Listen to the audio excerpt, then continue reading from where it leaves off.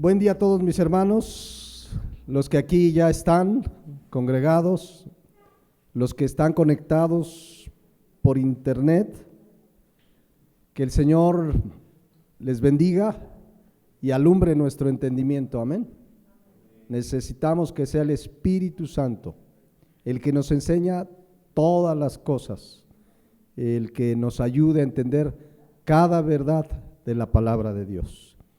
Vamos a continuar esta mañana con la tercera y última parte de esta parábola del trigo y la cizaña. Es la tercera y última parte de la parábola. Le voy a dar lectura.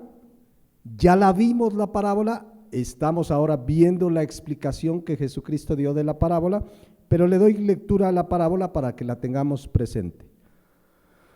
Mateo 13, 24. Le refirió otra parábola diciendo: el reino de los cielos es semejante a un hombre que sembró buena semilla en su campo, pero mientras dormían los hombres, vino su enemigo y sembró cizaña entre el trigo y se fue. Y cuando salió la hierba y dio fruto, entonces apareció también la cizaña. Vinieron entonces los siervos del padre de familia y le dijeron: Señor, ¿no sembraste buena semilla en tu campo? ¿De dónde pues tienes cizaña? Él les dijo: un enemigo ha hecho esto. Y los siervos le dijeron: ¿quieres pues que vayamos y la arranquemos? Él les dijo: no sea que al arrancar la cizaña arranquéis también con ella el trigo. Dejad crecer lo uno y lo otro hasta la siega. Y al tiempo de la siega yo diré a los segadores: recoged primero la cizaña y atadla en manojos para quemarla, pero recoged el trigo en mi granero. Bueno, al haber Jesucristo expresado esta parábola, dice el versículo 36, que empezamos a ver hace 8 días, donde ya Jesucristo explica la parábola y dice: entonces, despedida la gente, Jesús entró en la casa, no sabemos qué casa, pero entró ahí. Acercándose a él, sus discípulos le dijeron: explícanos la parábola de la cizaña del campo. Sus discípulos, decíamos hace 8 días, pues aún no tenían la madurez espiritual para comprender estas verdades, pero además les faltaba alguien muy importante en sus vidas. Lo leímos hace 8 días, no lo voy a volver a leer: el Espíritu Santo. El Espíritu Santo, que es el que nos da entendimiento, el que vimos hace 8 días, 1 Juan 2:20, que tenemos la unción del Santo y conocemos todas las cosas. Y dice el versículo 27, que esa unción, la presencia del Espíritu Santo en nosotros, permanece en nosotros y no tenemos necesidad de que nadie nos enseñe. Es decir, es el Espíritu Santo cuando nos es predicada la palabra, cuando la leemos personalmente, cuando la meditamos, es el que nos enseña. Así como la unción misma os enseña todas las cosas, si es verdadera y no es mentira, según ella os ha enseñado, permaneced en él. Entonces, bueno, eso lo vimos hace 8 días. Entonces, ahí en Mateo 13:36 le dice: explícanos la parábola. Nosotros podemos dirigirnos al Señor, leemos un texto: Señor, explícame, que tu Santo Espíritu alumbre nuestro entendimiento. Ahora, como hijos de Dios, sí podemos comprender esas verdades que veíamos el martes, que eran un misterio para nosotros, es decir, estaban veladas, pero ahora se nos reveló, y la palabra revelar es que se nos quitó el velo, y ahora podemos empezar a comprender y leemos y escudriñamos. Pero bueno, Jesucristo, versículo 37, empieza a explicar.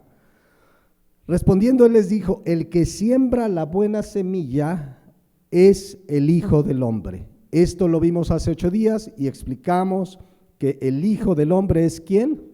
Jesucristo mismo.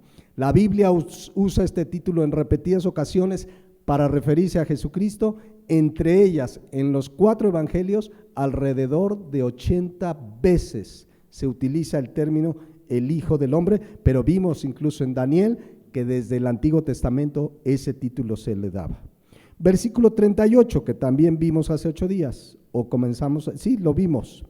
El campo es el mundo, la buena semilla son los hijos del reino y las cizañas son los hijos del malo. Segundo elemento dice que el campo es ¿qué? El mundo. Queríamos hace 8 días dejar ese énfasis claro. El campo representa al mundo, no a la iglesia. ¿Dónde está el trigo y la cizaña? En el mundo. Ahí hay trigo y cizaña. Entonces, hay quien usa este versículo para decir enfáticamente que el campo es la iglesia, pero el campo no. Jesucristo dice que el campo es ¿qué? El mundo. Que en una iglesia local haya trigo y cizaña es otra cosa. Pero aquí habla del mundo. El campo en esta parábola es el mundo donde cohabitamos los hijos del reino y los hijos ¿de quién? Del malo.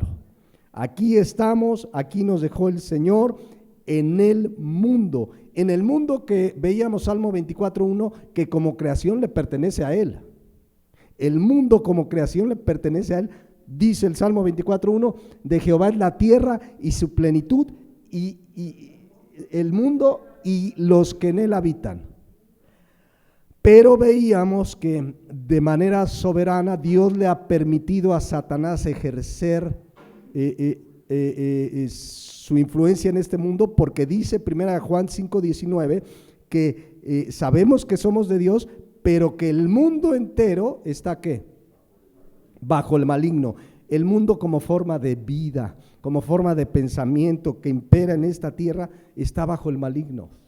Por eso vemos y escuchamos las barbaridades que pasan. Miren, estaba viendo en la semana un reportaje.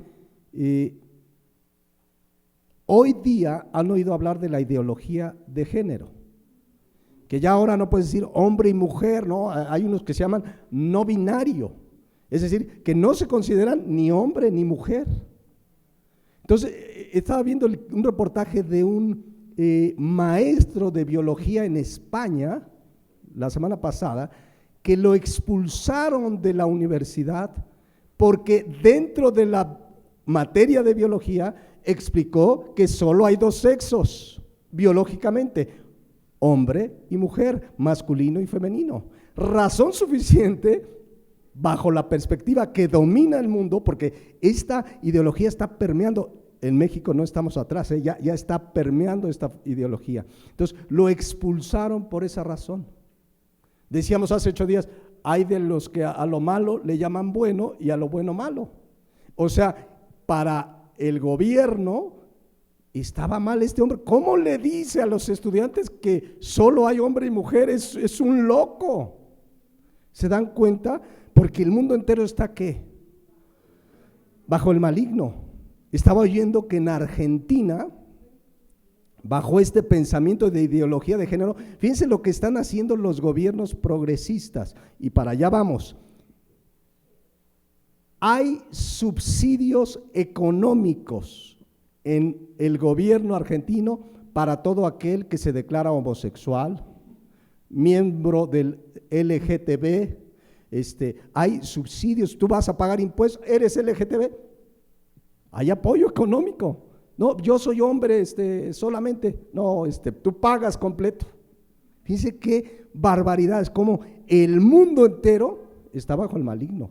Por eso, y vamos a ver cosas peores, mis hermanos. Según esta ideología de género, tú eres lo que percibes que tú eres. Si a mí de repente se me ocurre que me percibo gato, pues la gente tiene que aceptarlo. Hay el caso de uno que se percibe perro y el gobierno inglés lo aceptó, porque como su ideología así dice, no, pues si te percibes mujer siendo hombre, tengo que respetarlo. Si te percibes perro, pues eres perro. O sea, según esta locura del mundo entero que estaba bajo el maligno, tú eres lo que percibes que tú eres. Y aguas y cuidado, y alguien te dice lo contrario. No vayamos muy lejos. En el Congreso de la Unión, o más bien en la Cámara de Diputados, hace unos meses, no mucho, 2, 3 meses, hay un diputado de la corriente progresista que es hombre, pero se hizo mujer. Y se le ocurrió a otro diputado dirigirse a él como hombre. ¿A quién creen que le fue como en feria? Al diputado que se dirigió a la mujer, a la que se dice mujer como hombre, y lo obligaron a pedir una disculpa. Entonces, a ese mundo, dice Juan 17:6, a ese mundo no pertenecemos. El cristiano no es de este mundo, pero aquí estamos en este mundo con un propósito, ser luz, predicar la palabra. El cristiano de veras no se siente a gusto. Cada vez vamos a ver más aberraciones de este tipo, y el cristiano, pues sí, antes de ser cristiano, lo leíamos en Efesios 2:2. Dice, en los cuales anduviste en otro tiempo, siguiendo ¿qué? La corriente de este mundo. ¿Qué hace la gente? Pues mira, oía uno de los, para mucha gente,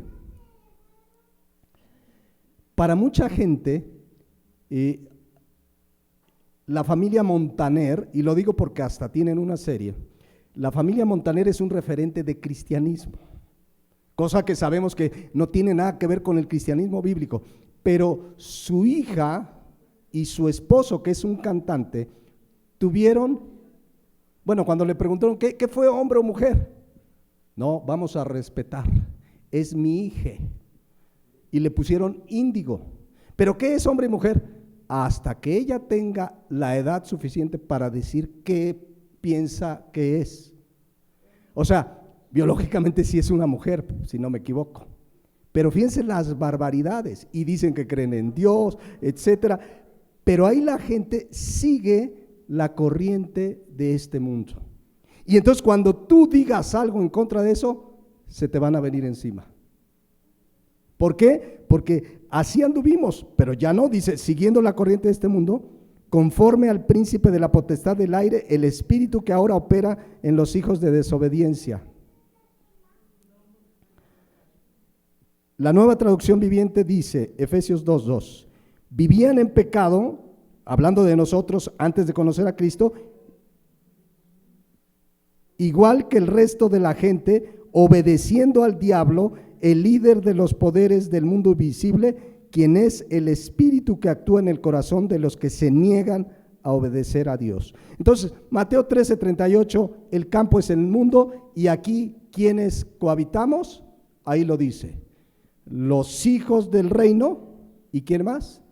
La cizaña, que son los hijos del malo. Y hace 8 días y hace 15 días explicamos que el trigo y la cizaña no se parecen, al menos la cizaña de la que habla la parábola, porque ¿acaso se parecen los hijos del reino a los hijos del malo? Por supuesto que no. Entonces, veíamos hace 8 días, a la luz de la única verdad, que es la verdad bíblica, no hay más que 2 tipos de personas en este mundo: o hijos del reino o hijos del malo. No hay intermedio, no hay de que soy medio hijo de Dios, soy medio mundano, soy medio cristiano, soy medio… No, bíblicamente, o eres hijo de Dios o eres hijo del diablo. Así literalmente está separada la humanidad. Así de contundente es la palabra de Dios. Tienes a Jesucristo como tu Señor y Salvador, te has arrepentido verdaderamente de tus pecados, entonces eres hijo de Dios. No es Jesucristo tu Señor y Salvador, no has creído en Él como tu único y suficiente Salvador, no te has arrepentido de tus pecados. A la luz de la Biblia, una persona así es ¿qué? Hijo o hija del diablo. Porque para Jesucristo, para Él como Dios, dice Lucas 11:23, el que no es conmigo, contra mí es. Pero es que conozco a alguien que medio habla de Dios y es medio idólatra, pero hace buenas obras. Si no es de Dios, está contra Dios. Si no está con Cristo, está contra Cristo. No hay medias tintas. Él sí tiene la autoridad para decir esto. O estás conmigo o estás contra mí. No hay medias tintas. Es el único que tiene la autoridad para decir esto. Por eso Jesucristo, a los que le rechazaron, en Juan 8:44, ¿cómo les dijo? Vosotros sois ¿qué? Hijos del diablo. Primera de Juan 3:8 dice, el que practica el pecado es ¿qué? Del diablo. Y porque el diablo peca desde el principio, para esto apareció el Hijo de Dios. Y luego dice el 10, en esto se manifiestan, y ahí pone los dos grupos de personas, los hijos de Dios y los hijos de ¿quién? Del diablo. Entonces el trigo y la cizaña representan dos tipos de personas que hay en este mundo nada más: hijos de Dios e hijos del diablo. Y claro que puede haber cizaña que está dentro de la iglesia, pero en general cohabitamos los hijos del malo con los hijos del reino. Así dice la parábola: la buena semilla son los hijos del reino y la cizaña los hijos del malo. Aquí estaremos toda nuestra vida relacionándonos con los hijos del malo. Decía yo hace 8 días, 2 Corintios 6:14, no uniéndonos ni en amistad íntima, ni en matrimonio, ni en sociedad. Eso no puede existir entre quien es luz y quien es tinieblas. Pero tenemos, esto no significa, ya no le hablo a nadie que no sea cristiano. Córtalas. No, sino a quien le predicamos. O sea, el no unirnos no implica no relacionarnos. Porque yo les decía hace 8 días, hay grupos cristianos que ya todo es cristiano para ellos. Cafetería cristiana, escuela cristiana, cine cristiano, ya tiene coche cristiano, jugadores de fútbol pues solamente siguen a Cristiano Ronaldo porque creen que es cristiano, pero nada más es el nombre. Entonces, esas barbaridades, no. Dios no nos mandó a aislarnos, nos mandó a ir y predicar el evangelio, amarlos, predicarles. Ahorita vamos a ver más de esto, pero debemos recordar una verdad.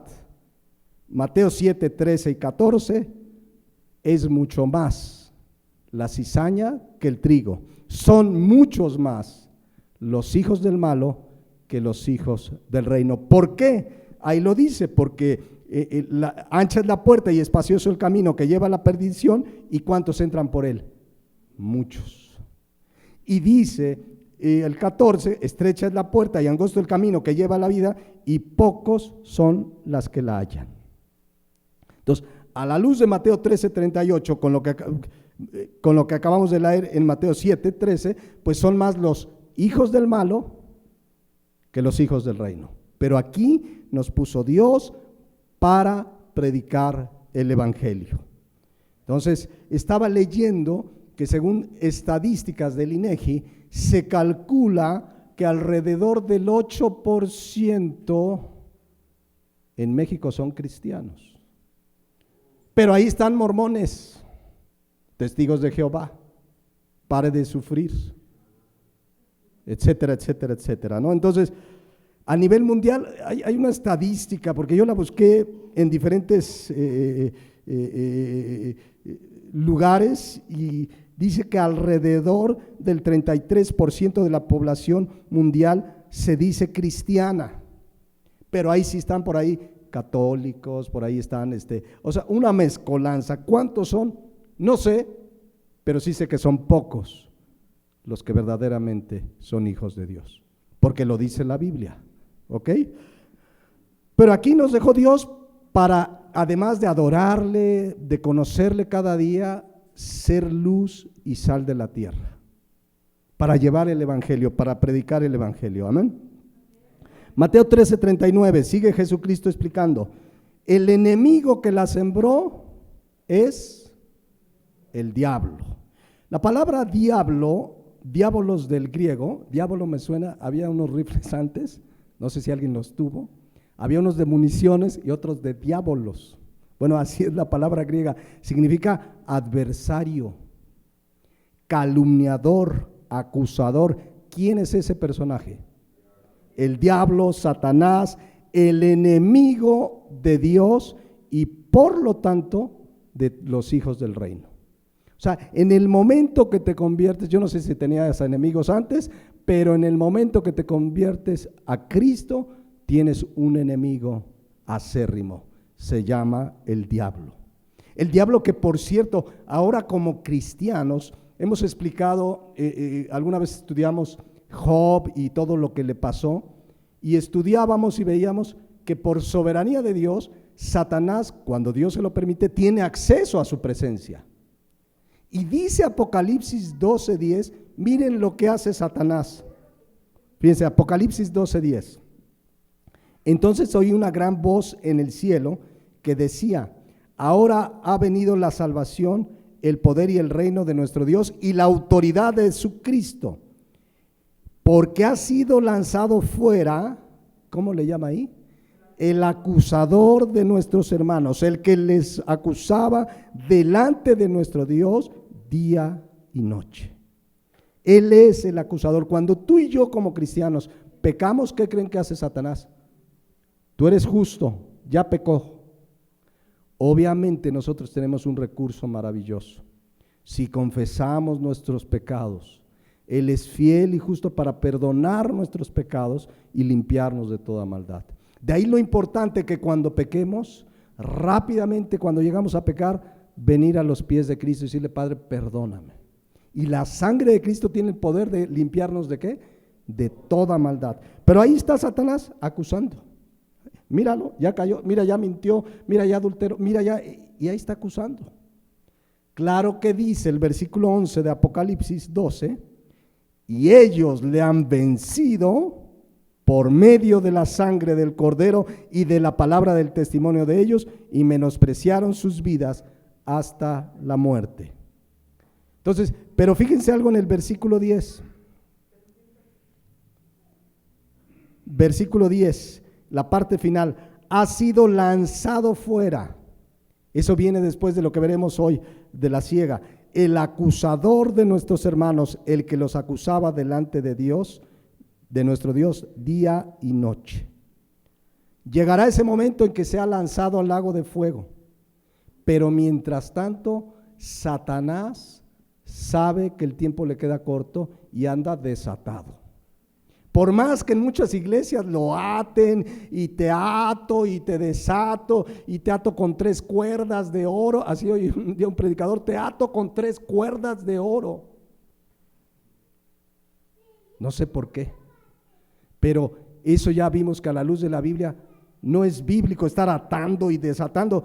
El diablo está desatado con el permiso de Dios. Un día será atado 1000 años. Pero atado sí por el Señor. Después viene una rebelión y después será lanzado al lago de fuego. Pero mientras tanto, mis hermanos, ahí anda desatado. Entonces, nada de andar atando, luego se reúnen en los zócalos de las ciudades, atamos el espíritu de la droga. Yo he oído aquí en México que atan el espíritu de la inseguridad, el espíritu de la droga, el espíritu del alcoholismo, y todos esos índices han subido. No solo no los han atado, están desatados por la maldad del hombre. Bueno, finalmente Satanás será echado al lago de fuego. Dice Mateo, miren lo que dice Mateo 25:31.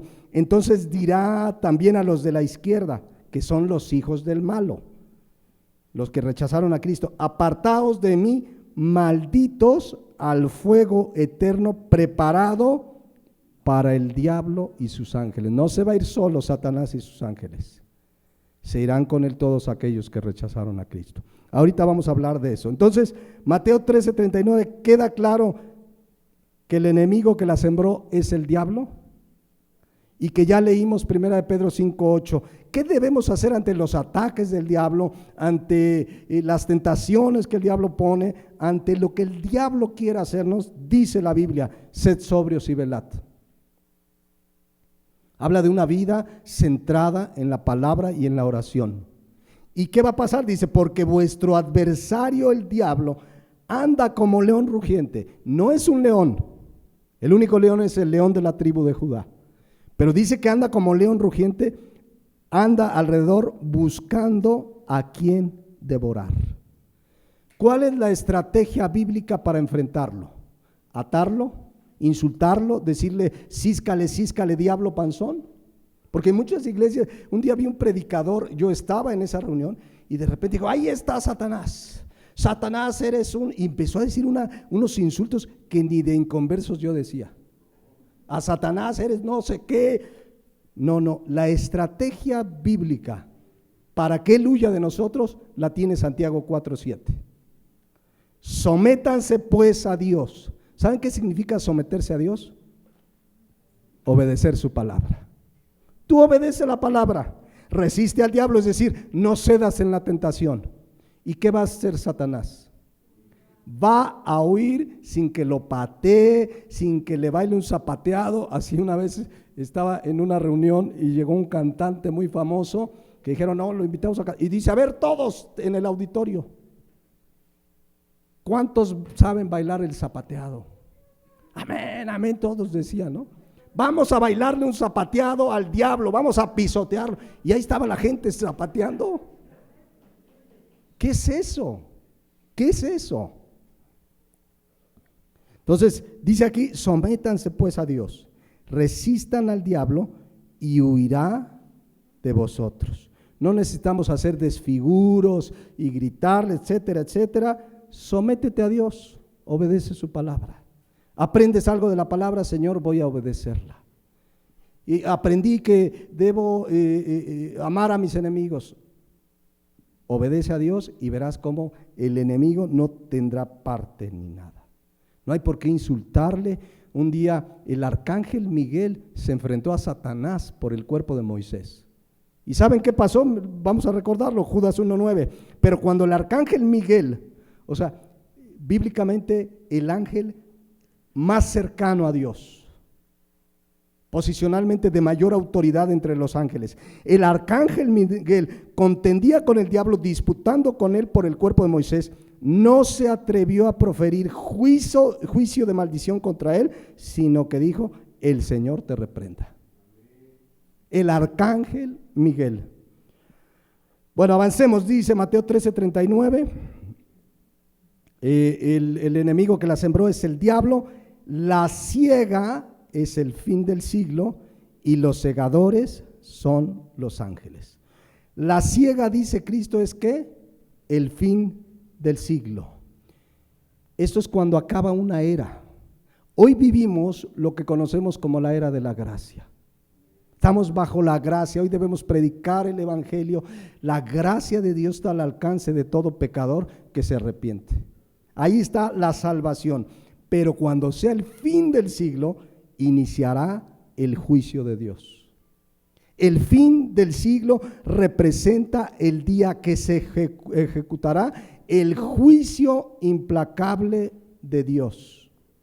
El Dios que hoy obra con misericordia, que dice la palabra de Dios, el que a mí viene no le echo fuera, el Dios lleno de misericordia, ese día se ejecutará el juicio a las naciones enteras.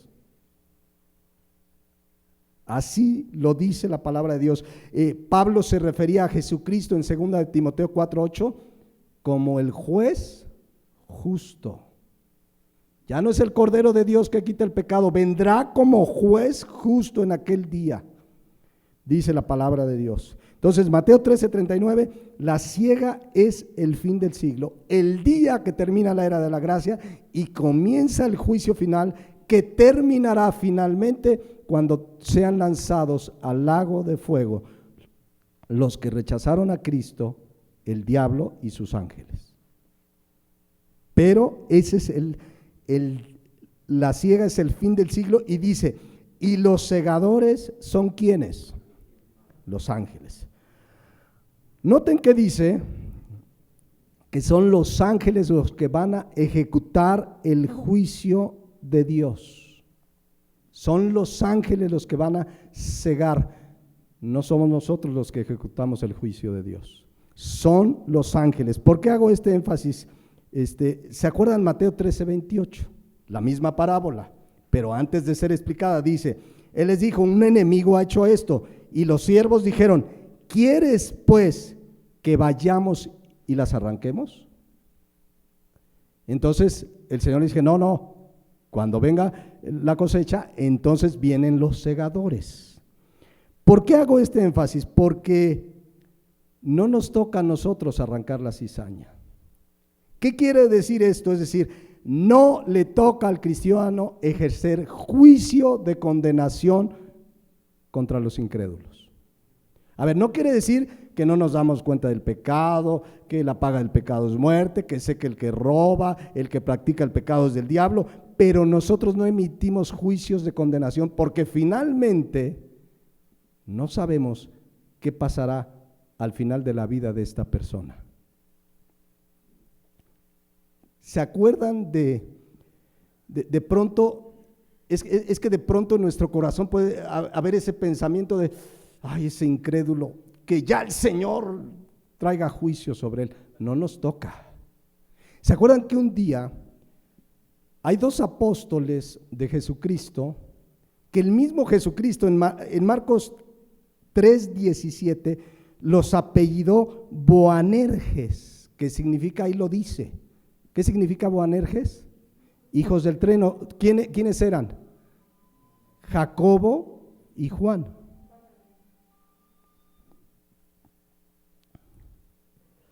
A ver si podemos, si me está distrayendo, si podemos, de alguna manera no puede el pequeño ir a su clase, perdone la interrupción, pero es bien importante estar bien concentrados en la palabra. Entonces, les pido ahí si me ayudan mis hermanos, mis hermanas, para que podamos no distraernos. Es importante lo que estamos compartiendo. A ver si…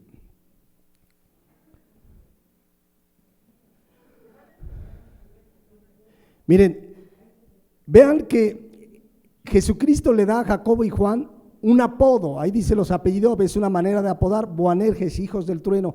No se sabe a ciencia cierta por qué, pero la mayoría de los comentaristas dice que tenían un temperamento así medio intenso, tan intenso que un día Jesucristo los mandó, fíjense, vamos a leerlo para no fallarle, Lucas 9:51, para que vean el carácter de estos hombres, hombres de Dios, pero que estaban en formación. Dice, cuando se cumplió el tiempo, Lucas 9:51, en el que había de ser recibido arriba, afirmó su rostro para ir a Jerusalén y envió mensajeros delante de él, los cuales fueron y entraron en una aldea de los samaritanos para hacerle preparativos. Mas no le recibieron porque su aspecto era como de ir a Jerusalén. Jesucristo le dice a uno de sus siervos, vayan ahí y que me preparen lugar. Y dice ahí que ¿qué pasó? No les recibieron porque acuérdense que samaritanos y judíos no se llevaban entre sí. ¿Cuál fue la reacción de Jacobo y Juan? Versículo 54. Viendo esto sus discípulos Jacobo y Juan, los apodados Boanerges, los hijos del trueno, ¿qué dijeron? Señor, ¿quieres que mandemos que descienda fuego del cielo como hizo Elías y los consuma? ¿Vieron? O sea, ¿cómo no reciben a mi Señor? Juicio de Dios contra ellos. ¿Qué les dijo el Señor? Excelente, vamos a hacerlo. ¿Así les dijo? No, versículo 55. Entonces volviéndose él, los reprendió, diciendo, vosotros no sabéis de qué espíritu sois, porque el Hijo del Hombre no ha venido para perder las almas de los hombres, sino para salvarlas. Y fueron a otra aldea. ¿Qué estamos diciendo? De pronto sí, nuestro corazón puede decir, ay, es que ese vecino ya que le caiga un rayo. Oremos por él, quizás sea salvo un día. Él vino a salvar, estamos en la era de la gracia, no somos nosotros los que ejecutamos el juicio de condenación, quienes condenamos a la gente al infierno, no somos nosotros. Podemos saber que está en pecado, que si así muere se condenará, pero no nos toca decir ya ya que se condene. ¿Qué tal si se salva? Imagínate que de pronto entra un grupo de personas aquí y nos apresan. Y por ahí matan a uno. Y de pronto llega uno y dice, qué bueno que los apresaron y que mataron a ese. ¿Pensaríamos que esa persona pudiera ser salva un día? No, diríamos, no, ese que es. Eso mismo fue Pablo. Pablo dice que iba por los cristianos, los sacaba de los pelos, de los cabellos, los sacaba de las casas. Cuando Esteban, en Hechos 8:1, cuando Esteban está siendo apedreado por predicar la palabra y muere, ¿qué hizo Saulo? Dice ahí. O sea, Pablo. ¿Saulo qué? Consentió, dice, y Saulo consentía en su muerte. ¿Saben qué significa consentir? Sunodoqueo, estar de acuerdo, complacerse, sentirse bien. Ahí estaba Pablo. Qué bueno que lo mataron por fin, uno menos. Alguien diría que le caiga juicio de Dios. ¿Y dónde terminó Pablo? Predicador a los gentiles por la gracia de Dios. No nos toca emitir juicios de condenación. A lo mejor esa persona que dices ya no tiene remedio, uno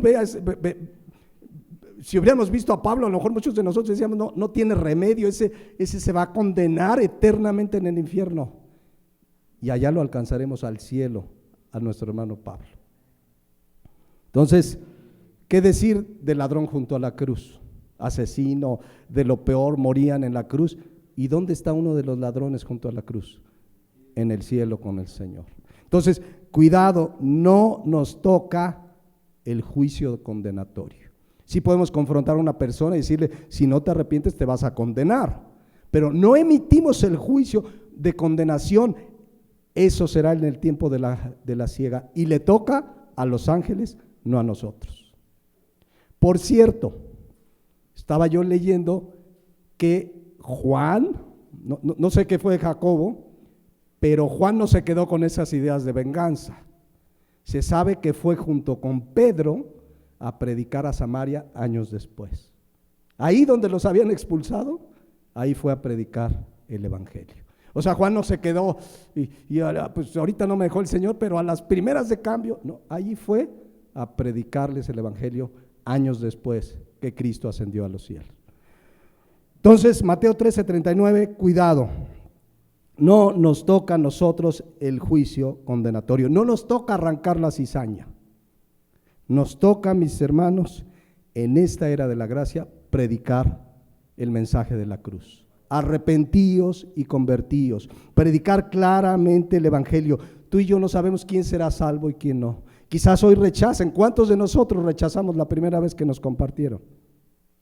Yo fui uno de ellos, la primera vez que este cuate está loco. El primer predicador que escuché dije, este se las ha de tronar. Y de repente empezó a decir cosas que decía, algo le contó mi mamá de mí. Y yo dije, no, y más me caía gordo el amigo. Pero la gracia de Dios nos alcanzó. Entonces, sí prediquemos con toda claridad y firmeza, digámosle a la gente que si no se arrepiente vendrá un juicio y ahorita vamos a ver lo que les espera, porque dice Mateo 13:39, el enemigo que la sembró es el diablo, la siega el fin del siglo y los segadores los ángeles. Ese día de la siega, cuando comience ese día, serán los ángeles los que separarán al trigo y a la cizaña. Dice Mateo 25:31, y enviará a sus ángeles con gran voz de trompeta y juntarán a sus escogidos de los cuatro vientos desde un extremo del cielo hasta el otro. Es decir, reunirá a todos los creyentes que han existido a lo largo de estos alrededor de 6,000 años que tiene la humanidad. De todos los confines de la tierra, ahí estaremos reunidos, serán los ángeles, ellos saben quiénes son. Amén. ¿Qué pasará? Dice Mateo 13:40, para continuar con la explicación de nuestro Señor Jesús. De manera que como se arranca la cizaña y se quema en el fuego, así será el fin del siglo. ¿Cuál es el destino de la cizaña? El fuego. Y ahorita vamos a verlo, pero fíjense, leíamos hace 8 días que Jesucristo es el Hijo del Hombre, el que ejecutará el juicio. Apocalipsis 14:14 dice, miré y he aquí una nube blanca y sobre la nube uno sentado semejante al Hijo del Hombre, que tenía en la cabeza una corona de oro y en la mano una hoz aguda. Pero vean el versículo 15, aquí en el fin del siglo comienza el juicio que terminará con el lago de fuego, pero desde ahí comienza el juicio, los sellos, las trompetas, todo eso es un juicio terrible a la humanidad. Vean lo que dice aquí, Versículo 15, y salió del templo otro ángel, clamando a gran voz al que estaba sentado sobre la nube, mete tu voz y ciega, porque la hora de cegar ha llegado, pues la mies de la tierra está madura. Y el que estaba sentado sobre la nube metió su hoz en la tierra y la tierra fue cegada. Comenzó el juicio implacable de Dios. Miren lo que pasará ese día. No es la condenación eterna todavía, no es el lago de fuego. Versículo 17, será terrible porque el juicio comenzará aquí en la tierra. Vean lo que dice el 17. Salió otro ángel del templo que está en el cielo, teniendo también una hoz aguda. Y salió del altar otro ángel que tenía poder sobre el fuego y llamó a gran voz al que tenía la hoz aguda, diciendo: mete tu hoz aguda y vendimia los racimos de la tierra, porque sus uvas están maduras. Las uvas no son los creyentes, miren a continuación. Y el ángel arrojó su hoz en la tierra y vendimió la viña de la tierra y echó las uvas en el gran lagar de la ira de Dios. ¿Saben qué es un lagar? Ponían las uvas, hablando de la cosecha real, las uvas, y personas se subían a pisotear las uvas, y era como un barril grande, y salía el jugo por otro lado. Pero esto es una expresión del terrible juicio de Dios que comenzará, porque vean lo que dice: y echó las uvas en el lagar de la ira de Dios, y fue pisado el lagar fuera de la ciudad, y del lagar salió sangre hasta los frenos de los caballos por 1,600 estadios. Va a ser tal la ira de Dios, el juicio contra las naciones ahí en esa batalla, que dice que la sangre llegó ¿hasta dónde? Hasta el freno de los caballos. Algunos dicen entre 60 a 80 centímetros de sangre, pero escuchen, por 1,600 estadios, aproximadamente 300 kilómetros. De aquí a Acapulco, para que se den una idea, lleno de sangre. Pero ese no es el lago de fuego, eso no es lo más terrible que sucederá, pero será indescriptible el implacable juicio de Dios. Por eso dice Mateo 13:40, de manera que como se arranca la cizaña y se quema en el fuego, así será el fin de este siglo. Enviará el Hijo del Hombre a sus ángeles y recogerán de su reino a todos los que sirven de tropiezo y a los que hacen iniquidad. Ahorita hablo de ellos. Y los echarán en el horno de fuego. Allí será el lloro y crujir de dientes. Lloro y crujir de dientes es una expresión que denota un dolor inexplicable, un dolor eterno. Yo no sé si alguien aquí ha sufrido mucho, pero lo que el hombre o cualquier ser humano haya sufrido en esta tierra, a lo mejor alguien que digamos Job, que sufrió en esta tierra, se le murieron los hijos, la sarna, o alguien dice yo tengo el mayor sufrimiento. Ningún sufrimiento es comparable al lloro y crujir de dientes eterno que será en el lago de fuego. No habrá reposo para esas almas, será un llorar y crujir de dientes por toda la eternidad. Será un dolor indescriptible, eterno, que jamás se quitará. La Biblia dice en Daniel 12:2, para que se den una idea: y muchos de los que duermen en el polvo de la tierra serán despertados, unos para vida eterna y otros para vergüenza y confusión perpetua. La versión Dios habla hoy dice, para que sea más claro: muchos de los que duermen en la tumba despertarán, unos para vivir eternamente y otros para la vergüenza. ¿Y qué dice ahí? El horror eterno.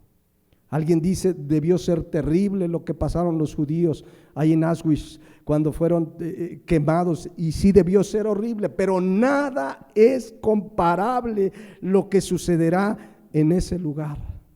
La Biblia dice en Apocalipsis 14:10, él también vivirá el vino de la ira de Dios que ha sido vaciado puro en el cáliz de su ira, y será atormentado con fuego y azufre delante de los santos ángeles y del Cordero, y el humo de su tormento sube por los siglos de los siglos. Y escuchen lo que dice ahí: no tienen reposo ni de día ni de noche. los que adoran a la bestia y a su imagen, ni nadie que reciba la marca de su nombre. Mis hermanos, será espantoso, será terrible. Y ahí van a estar el día del juicio, dice Apocalipsis 20:12, y vi a los muertos grandes y pequeños de pie ante Dios, y sus libros fueron abiertos, y otro libro fue abierto, el cual es el libro de la vida, y fueron juzgados los muertos por las cosas que estaban escritas en sus libros según sus obras. Y el mar entregó a los muertos que habían en él, y la muerte y el Hades entregaron a los muertos que había en ellos, y fueron juzgados cada uno según sus obras. Y la muerte y el Hades fueron lanzados al lago de fuego. Esta es la muerte segunda. Y el que no se halló inscrito en el libro de la vida fue lanzado al lago de fuego. ¿Quiénes son los que no están inscritos en el libro de la vida? Aquellos que la Biblia describe como cizaña, hijos del malo, que rechazaron a Jesucristo y a su palabra. Por eso, nuestra mayor preocupación, ocupación es predicar el evangelio. Sabiendo lo que les espera, ¿no nos llama a predicar el evangelio? Si tú supieras que hoy a las 12 del día va a haber un temblor, ¿no le dirías a toda la gente, vámonos de aquí, va a haber un temblor? Dicen que si nos vamos a Tetecal ahí no llega. Le dirías a la gente. ¿Por qué no decirles, viene el juicio de Dios, arrepiéntete y cree en el evangelio? Dice 2 de Tesalonicenses 1:9 que sufrirán pena de eterna perdición, de eterna destrucción, excluidas de la presencia del Señor y de la gloria de su poder. Nosotros hoy como su iglesia no estamos para condenarlos, estamos para predicarles salvación, para predicar a Cristo, para decirle hay esperanza, y si te insultan, te rechazan, no es contra ti. Ora por ellos, oremos por ellos, pero prediquemos el evangelio. Dice Romanos 10:14, ¿cómo pues invocarán en aquel en el que no han creído? ¿Y cómo creerán en aquel de quien no han oído? ¿Y cómo oirán sin haber quien les predique? Tu jefe en tu trabajo es inconverso, ¿quién le va a predicar sino tú? ¿Cómo va a oír si tú que eres cristiano no le hablas del evangelio? Tu maestro de filosofía que se echa unos rollos progresistas bárbaros, ¿cómo va a oír si tú que eres cristiano te quedas callado? Tu tía, tu tío, el primo, ¿cómo van a oír el tío que es adúltero, el primo borracho, la pariente homosexual, lesbiana? ¿Cómo van a oír si tú y yo mejor decimos, ay, es que no me junto con la chusma? No te digo que te unas en una amistad íntima. ¿Cómo van a oír si no les predicamos? Porque no somos nosotros los que arrancamos la cizaña. Nosotros hemos sido llamados, Marcos 16:15, ¿a qué? A predicar el evangelio. ¿A quiénes? ¿A quiénes? Un día oí un predicador que dijo, yo he sido llamado a predicarle a los ricos. No, hemos sido llamados a predicarle a toda criatura. Es que es de lo peor, predícale. Cristo tenía al ladrón junto a la cruz, ya vimos. Pablo. Terminemos, dice Mateo 13:41. Enviará el Hijo del Hombre a sus ángeles y recogerán de su reino a todos los que sirven de tropiezo y a los que hacen iniquidad. Miren, ¿quiénes son los que serán quemados? La cizaña, los hijos del malo. Aquí habla de dos características de la cizaña, de los hijos del malo. Una de ellas es que sirven ¿de qué? De tropiezo. Sirven de tropiezo. La palabra tropiezo es la palabra griega, la conocemos bien, escandalón. De ahí viene la palabra escándalo. Ay, es un escándalo. Bueno, escandalón de ahí viene. Significa incitar a pecar. Tropiezo aquí significa incitar a pecar, a entrampar, a hacer tropezar. También se puede traducir como apostasía, escandalizar, hacer caer, poner tropiezo. ¿Quiénes son los que sirven de tropiezo? Pues justamente la cizaña, aquel que rechaza a Dios, aquel que está en contra de Dios, pero además con su vida es constantemente una persona que incita para que otros no se acerquen a Dios. Es una persona que con su conducta e influencia trata que la gente no se acerque a Dios. En general, el incrédulo, ¿a poco no cuando te convertiste, ibas al templo, te dijo algún pariente muy cercano que tú considerabas buena onda, ¿para qué vas al templo? ¿Para qué vas allá? No vayas, hay puro hipócrita. ¿Sí o no? La gente sin Cristo te incitará consciente o inconscientemente a que no vayas, incitará a otros a que no se acerquen a Dios. A lo mejor un día llegaste emocionado, ay, me predicaron el evangelio por primera vez, entendí que Dios me ama. Puro religioso, puro fanático, puro aleluya de la vela perpetua. Así me dijo una vez una persona, tú eres de la vela perpetua. Le dije, ay, ¿ese cuál es? Pues de esos aleluyas. Entonces, esos son los que sirven de tropiezo, los que incitan a otros a pecar, a apartarse de Dios, a no seguir a Dios. De muchas maneras el incrédulo lo hace. Hoy los gobiernos, con esto que vimos, la ideología de género y todo, están haciendo lo imposible porque la gente no se acerca a Dios. Por eso están poniendo, es que es impresionante la andanada de leyes, de sanciones que se vienen contra aquel que predica la palabra de Dios. Luego dice, no solamente es necesario, dice Jesucristo dijo en Mateo 18:7, hay del mundo por los tropiezos, porque es necesario que vengan tropiezos, pero hay de aquel hombre por quien viene el tropiezo. Bueno, luego dice Mateo 13:41, no solamente los que sirven de tropiezo, sino los que hacen ¿qué? Iniquidad. ¿Quién es una persona que hace iniquidad? Obviamente de entrada decimos el que hace maldad, pero la palabra iniquidad aquí la conocemos muy bien, es anomía.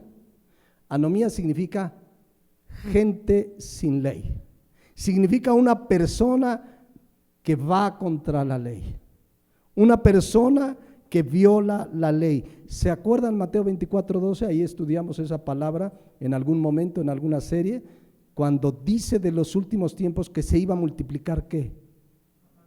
La gente sin ley. La gente que, cuando tú veas un hombre, una mujer que viola la ley, que dice a mí la ley no me importa, yo hago lo que quiera, yo tengo mi pensamiento, no me vengan que la ley es la ley. Cuando tú ves una persona así, es una persona que está en maldad, es gente sin ley, que no respeta ni las leyes de los hombres, pero sobre todo no respeta la ley de Dios. No está en sus vidas el más mínimo deseo de obedecer la ley de Dios, pero un día les vendrá su juicio. Pero es lo que vivimos, la gente hace lo que quiera. Vieron ayer, antier, decidieron, quizás a causa de una injusticia, pero decidieron un grupo de personas cerrar Tlalpan y la gente por más de 9 horas no pudo moverse de sus carros. Murió una persona que iba en un taxi. O sea, es gente sin ley, tanto unos como los otros, tanto unos como los otros. Pero bueno, dice Jesucristo, Mateo 13:41, entonces enviará el Hijo del Hombre a sus ángeles y recogerán de su reino los que sirven de tropiezo y a los que hacen iniquidad y los echarán en el horno de fuego. Allí será el lloro y crujir de dientes que ya hablamos, el infierno, el lago de fuego. ¿Y qué pasará con el verdadero cristiano? Con la buena semilla, el Hijo del reino, Mateo 13:43. Entonces los justos, imaginen ese día, dice, resplandecerán como el sol en el reino de su Padre. El que tiene oídos para oír, oiga. La Nueva Traducción Viviente dice, entonces los justos brillarán como el sol en el reino de su Padre. Todo el que tenga oídos para oír, que escuche y entienda. ¿Quiénes son los justos? Los que hemos sido justificados por la sangre de Jesucristo. Los que arrepentidos de nuestros pecados nos tomamos de su gracia. Dice que resplandeceremos. Daniel lo describe exactamente así. Miren, Daniel 12:3, los entendidos resplandecerán como el resplandor del firmamento, y los que enseñan la justicia a la multitud como las estrellas a perpetua eternidad. ¿Saben por qué brillaremos? Porque estaremos frente a la gloria de Dios. Vamos a reflejar su gloria. Dice 1 Juan 3:2, imaginen esta escena, mis hermanos. Dice 1 Juan 3:2, amados, ahora somos hijos de Dios. Y ya es una bendición y somos nuevas criaturas y tenemos comunión con Dios, pero tenemos una limitante todavía, estamos en este cuerpo, pero dice, y aún no se ha manifestado lo que hemos de ser, pero sabemos que cuando Él se manifieste, seremos semejantes a Él. ¿Por qué dice ahí? Le veremos tal como Él es. ¿Se imaginan verlo en toda su gloria? La gloria de Dios lo llenará todo. Hoy con esta humanidad, dice Isaías, si no me equivoco, que no hay un hombre terrenal que pueda ver a Dios en toda su gloria y vivir. Nos moriríamos así ante la gloria de Dios, pero cuando estemos ahí le veremos tal como Él es, su gloria, reflejaremos su gloria. Dice aquí que resplandeceremos, será un día glorioso. Me acuerdo de la canción hace 8 días, solo me imagino lo que será. ¿Se imaginan lo que será? Estar ese día ahí con Él para la eternidad. Por eso cuando un cristiano se afana en esta tierra y pierde su vista de las cosas de arriba, está perdiendo la brújula, porque que no se nos olvide, nuestro propósito es eterno, va más allá de los éxitos terrenales. Si Dios nos bendice, nos da un buen trabajo, etcétera, gloria a Dios, pero todo debe apuntar al reino eterno, a servirle, porque el cristiano sabe, Filipenses 1:21, que para el cristiano vivir es Cristo y el morir es ¿qué? Ganancia. Pero a veces lo decimos con una frase, pero ¿por qué es ganancia? Porque un día le veremos cara a cara, estaremos frente a su gloria, ya no habrá enfermedad, ni tristeza, ni dolor, todo eso habrá pasado. Morir para el cristiano es ganancia. Dice Filipenses 1:23, estar con Cristo, se entiende, en su presencia es ¿qué? Muchísimo mejor que ¿qué? Que estar en esta tierra. Por eso, mis hermanos, jamás de los jamases, la muerte de un cristiano será una tragedia. Luego se muere uno, ¡ay, qué tragedia! Si es cristiano, ¿cuál tragedia? Si está en la presencia de Dios. Hay tristeza, sí. Hay dolor, claro, se muere un hijo, un papá, un hermano, los que hemos sufrido la muerte de un ser tan cercano como un hermano, un papá, hay mucho dolor. Pero cuando es cristiano, mis hermanos, eso no es ninguna tragedia. Esa es una victoria porque ya está en la presencia del Señor. Amén. Tragedia es cuando se mueren sin Cristo. Y vergüenza es haberle podido hablar de Cristo y no haberlo hecho. Eso debería llevarnos a predicar el evangelio. Entonces el cristiano, pues, como dice ahí Mateo 13:43, resplandecerá. Miren, 2 Corintios 3:18 dice que desde que nos convertimos somos transformados de gloria en gloria, dice, en la misma imagen. Desde el día de nuestra conversión ya empezó una transformación, pero ese día culminará cuando estemos en su gloria. Y ahora sí, como dice Mateo 13:43, los justos resplandecerán como el sol. ¿Cuántos anhelan ese día? No nos aferremos a las cosas terrenales. Yo no estoy diciendo que no quieras terminar una carrera o tener un buen empleo, pero que no perdamos la brújula. Todo debe ser para la gloria de Dios, predicar el evangelio, servirle a Él. Y si Dios me da un buen trabajo, que sea una plataforma para hablarle a otros de Cristo, para hacer luz en medio de las tinieblas. No nos afanemos por las cosas terrenales. Nos esperan cosas que no imaginamos. Dice la palabra de Dios, después viene un cielo nuevo y tierra nueva, porque las primeras cosas pasaron. Ya no habrá llanto, ni tristeza, ni dolor, dice la palabra de Dios. Por eso dice Apocalipsis 19:7, cuando estemos en ese momento con el Señor Jesucristo, dice: gocémonos y alegremos y démosle gloria, porque han llegado las bodas del Cordero, y a su esposa se ha preparado, y a ella se le ha concedido que se vista de lino fino, limpio y resplandeciente, porque el lino fino es las acciones justas de los santos. Mientras ese día llega, ¿vamos a pasar aflicciones aquí? Sí, lo hemos explicado. ¿Vamos a sufrir por servir al Señor? Sí. Vamos a pasar tantas cosas. Pero miren lo que dijo Pablo en 1 Corintios 15, 58. Así que, hermanos míos, amados, estad firmes y constantes. No tiremos la toalla, estemos firmes y constantes, creciendo en la obra del Señor siempre. Señor, te quiero servir, que siempre nuestro objetivo, nuestra mente sea comunicar a Cristo, servirle a Él, predicarle a Él, porque dice, sabiendo que nuestro trabajo en el Señor no es en vano. Cuando estemos allá y lo veamos con toda su gloria, vamos a decir, valió la pena. Amén. Nada en lo que sirvamos al Señor es en vano. Dice Mateo 13:43. Entonces los justos resplandecerán como el sol en el reino de su Padre. El que tiene oídos para oír, oiga. Esta última frase es muy importante, porque es un llamado primeramente para el creyente. Hemos oído las verdades de esta parábola, hemos oído las verdades del Evangelio. ¿Qué responsabilidad tan grande tenemos al conocer estas verdades? Las hemos oído, las entendemos, lo veíamos hace 8 días, tenemos el privilegio de entender estas riquezas espirituales. Que no se nos olvide. En esta parábola, ¿qué oímos? ¿Qué debemos entender? ¿Qué dice el Señor que debemos oír? Que no nos toca a nosotros arrancar la cizaña. Nos toca predicar el Evangelio.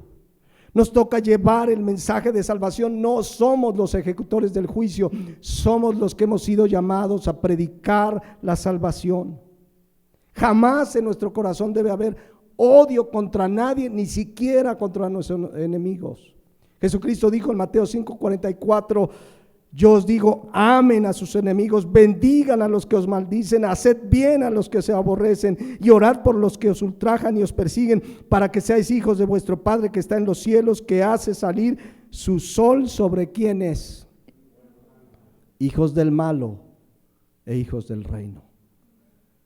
No emitamos juicios de condenación, prediquemos el Evangelio. Quizás esa persona que hoy dices, es que la veo y no la aguanto, porque está contra la palabra, contra Cristo. Así estaba Pablo, y a lo mejor así estabas tú. Ora por él, ora por ello, prediquemos. No estamos, mis hermanos, para ejecutar el juicio de condenación. Esto no quiere decir que no lo confrontemos con su pecado, que no lo confrontemos con la gravedad del pecado, pero termino leyendo Filipenses 2:14. Hagan todo sin murmuraciones y contiendas, para que seáis irreprensibles y sencillos, hijos de Dios. Escuchen lo que dice aquí, en medio de una generación, ¿en dónde estamos? En medio de una generación maligna y perversa. Pero fíjense lo que dice, en medio de la cual resplandecéis como luminares en el mundo. Debemos ser luz en medio de esta generación. Quizás 1, 2 que conoces de los muchos que vengan a Cristo, no lo sabemos, pero oremos por ellos y prediquemos el Evangelio. Vamos a despedirnos en oración. Les invito a que cierren sus ojos y meditemos en esta parábola, mis hermanos. Aquí en este mundo lleno de maldad que se ha multiplicado, aquí nos puso Dios. Ahí te puso, en esa colonia donde vives, en ese trabajo donde estás, en ese lugar donde, con esa familia que quizás ha rechazado el Evangelio. Ahí te puso. Ahí nos puso en medio de cizaña, que donde son más los hijos del malo que los hijos del reino. Pero ahí nos puso con un propósito, resplandecer, dice la palabra de Dios, como luminares en el mundo. Nos puso para ser sal de la tierra, para ser la luz en medio de tinieblas, para dar testimonio de un Cristo que viene pronto para ejecutar el juicio a las naciones. Esto nos debe llevar no a emitir juicios de condenación, sino a predicar el Evangelio, a predicar el Evangelio. Ahora, si hay alguien aquí o que escuche esta enseñanza, que te has dado cuenta que hay dos tipos de persona y que no eres hijo del reino, te tengo que decir con toda claridad y firmeza, eres un hijo del diablo. Pero hoy puede cambiar esto si te arrepientes de tus pecados y crees en aquel que murió en esa cruz, derramó su sangre por los pecados del mundo. Si tú te arrepientes y crees en Jesucristo, hoy serás parte del reino de los cielos. Él no vino para condenarte, Él vino para dar salvación a todo aquel que en Él cree, para que no te pierdas, sino que tengas vida eterna. Pero tú eres el que hoy puedes tomar la determinación. Ya has oído, hay un lugar que le conocemos como el infierno, pero es el lago de fuego que arde eternamente, de fuego y azufre, dice la palabra. En ese lugar será un tormento eterno, no habrá reposo ni de día y de noche, será un llorar y crujir de dientes. Si tú te arrepientes de tus pecados y te tomas de la gracia de Dios, hoy puedes tener salvación. Pongámonos de pie, mis hermanos, y oremos a Dios. Padre, gracias por tu palabra. Qué enseñanzas tan claras, tan fuertes, tan retadoras para seguir firmes, Señor, para no desmayar, para entender que nada de lo que hagamos en tu nombre sirviéndote será en vano, que un día estaremos frente a ti con toda tu gloria y resplandeceremos como el sol, dice la palabra. Que esto nos anime a seguir firmes y adelante. En este mundo, según tu soberanía, permitirás cosas en nuestras vidas. Tú sabes que permites en la vida de cada uno de tus hijos.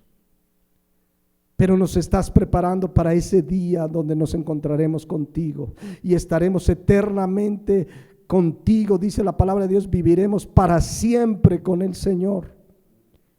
Pero mientras ese día llega, tu palabra nos exhorta a mantenernos firmes y constantes. Te pido por cada hermano y hermana en este lugar que está viviendo batallas, aflicciones, luchas de diferentes tipos, que se mantengan firmes y adelante, con la plena convicción que el trabajo en el Señor no es en vano, con la plena convicción de que esto es meramente temporal, que viene un día donde te veremos cara a cara y donde sí sufrimos por la persecución, por el rechazo, por aflicciones, por enfermedades, producto de la maldad, producto del pecado, producto, Señor, de todo lo que ha hecho el ser humano sin ti. Pero en esta hora, como hijos de Dios, sabemos que un día estaremos contigo. Que esta palabra, esta parábola nos anime a seguir firmes. Anima al que ha bajado sus brazos, dale nuevas fuerzas. Dice tu palabra que los jóvenes se cansan, pero los que esperan en Jehová tendrán nuevas fuerzas, volarán como el águila. Gracias, Padre Celestial, porque en medio de un mundo, de una generación maligna y perversa, podemos resplandecer. Que llevemos claramente este mensaje a todo lugar donde tú nos lleves. Gracias por tu palabra. En Cristo Jesús. Amén.